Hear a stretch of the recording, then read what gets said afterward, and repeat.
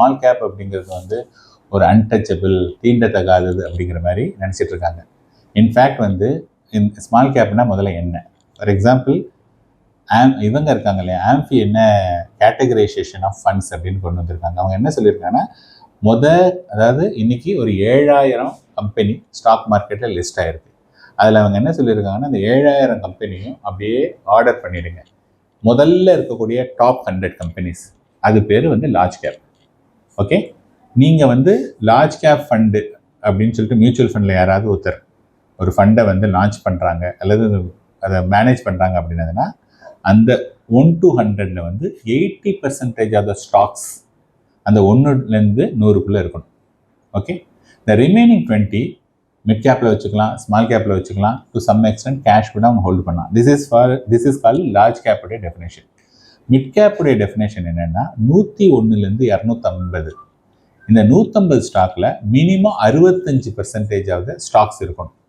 இந்த remaining 35 either உங்களுக்கு market மேலே ஒரு பயம் இருந்ததுன்னா நீங்கள் லார்ஜ் கேப்புக்கு போகலாம், அல்லது கொஞ்சம் கேஷ் போகலாம், இல்லைன்னா ஸ்மால் கேப் போகலாம். இது வந்து மிட் கேப்புடைய டெஃபினேஷன். ஸ்மால் கேப்பில் வந்து பார்த்தீங்கன்னா 65% வந்து ஸ்மால் கேப்பில் இருக்கணும். இந்த ரிமைனிங் 35 மிட் கேப்லையும் இருக்கலாம், லார்ஜ் கேப்லையும் இருக்கலாம். ஓகே, இது வந்து பார்த்தீங்கன்னா 251லேருந்து கீழே இருக்கக்கூடிய எல்லாமே ஸ்மால் கேப். இப்போ யோசிச்சு பாருங்க, இன்னைக்கு 7000 கம்பெனி லிஸ்ட் ஆயிருக்கு. Okay, I am not telling all 7 companies are good. அந்த 7000ல் அட்லீஸ்ட் வந்து ஒரு 500 கம்பெனி நல்ல கம்பெனியாக இருக்கிறதுக்கான வாய்ப்புகள் இருக்குது, அல்லது 700 company which is 10% of the company is definitely good.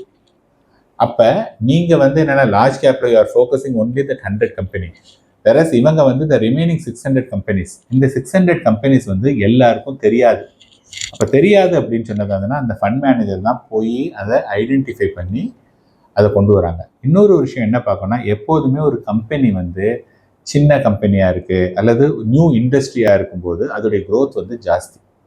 இப்போ ஐடி வந்து எடுத்துட்டிங்கன்னா ஒரு 90ஸ்ல ஏர்லி 90s அதிலெல்லாம் வந்து பார்த்திங்கன்னா 90 to 2000 வந்து சக்கப்போடு போட்டது. எவ்ரி இயர் அதோடைய க்ரோத் வந்து பார்த்திங்கன்னா 30-40% எவ்ரி இயர் க்ரோத். பிகாஸ் 90ஸ்ல வந்து அது வந்து it's a sunrise industry ID.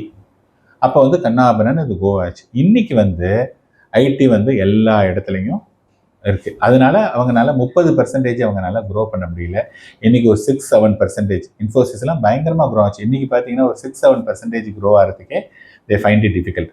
அதே சமயத்தில் வந்து அதே ஐடியில் வந்து ஐடி எனேபிள் சர்வீசஸ் அல்லது ஒரு ப்ராடக்ட் கம்பெனி, இந்த மாதிரியான கம்பெனிஸ்லாம் வந்து பார்த்தீங்கன்னா ஸ்டில் தே ஆர் க்ரோயிங். அந்த கம்பெனிலாம் வந்து பார்த்தீங்கன்னா ப்ரிடாமினெண்ட்டாக அந்த ஸ்மால் கேப்பில் தான் இருக்குது.